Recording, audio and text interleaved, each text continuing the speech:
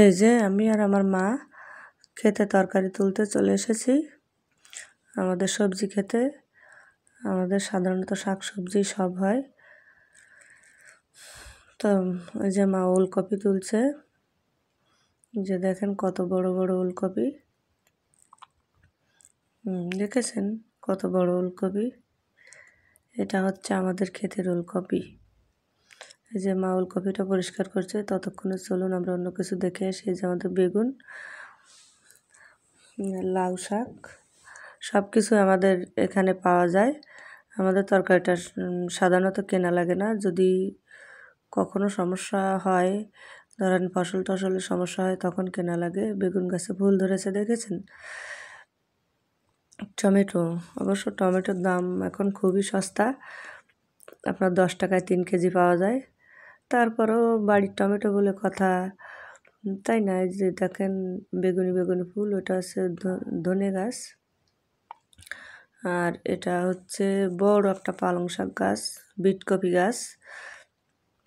দেখেছেন বিটকপি কার কার পছন্দ? আমার তো খুব পছন্দ, খেলে টোট টোট লাল হয়ে যায়, মুখটুক লাল হয়ে যায়, ভীষণ ভালো লাগে বিটকপি আমার।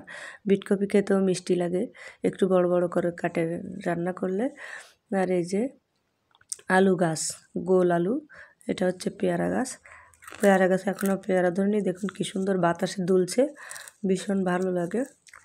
আগেই বলেছিলাম আমাদের এখানে সব গাছ হয়, সব সবজি পাওয়া যায় মোটামুটি নিজেদের খাওয়ার জন্য। যেটা না থাকে সেটা এইগুলো বিক্রি করে আর সেইগুলো কেনা হয়। তো এই যে মা সিম তুলছে, দেখুন আমি দাঁড়িয়ে আছি। এরপরে মা সিম তুলতে থাকুক, চলুন আমরা এই যে আম গাছ দেখে আসি। আম গাছে দেখেছেন কি পরিমাণে মুকুল এসেছে? এটা হচ্ছে টক আম গাছ, এখানে প্রচুর টক আম হবে আর আমরা মাখা খাবো। সে টক আম দিয়ে টক খাবো, খুব মজা হবে। এর পাশেই আছে কি জানেন? এর পাশে আছে হচ্ছে ওই যে দেখুন মিষ্টি আম গাছ, তার পিছনে আছে কাঁচা মিঠা আম গাছ। তো আমি ওইভাবে যাইনি, ওইভাবে আমার যেতে ইচ্ছা করেনি।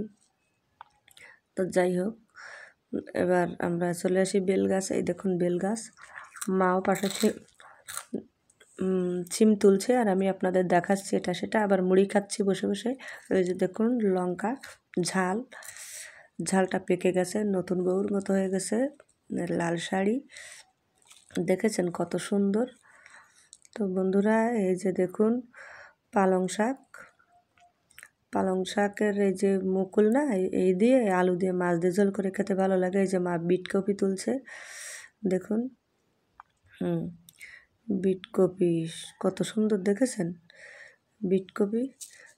এই যে এইটা বিটকপিটা দিয়ে না আমি টক খাবো, আমার ভীষণ ভালো লাগে টক খেতে। তারপরে বিটকপির টক হলে তো কথাই নেই, তাই না? এই যে এবার চলে আসলাম আমরা চুই বাগানে, চুই তোলা হবে। তো দেখুন মা চুই তুলছে কি সুন্দর করে, দেখেছেন? এটা হচ্ছে আমার মেজো কাকার চুই, আমার মেজো কাকা পাশেই ছিলেন, বলছিলেন তুমি চুই নিয়ে যাও। তো বন্ধুরা ভালো থাকবেন, টাটা।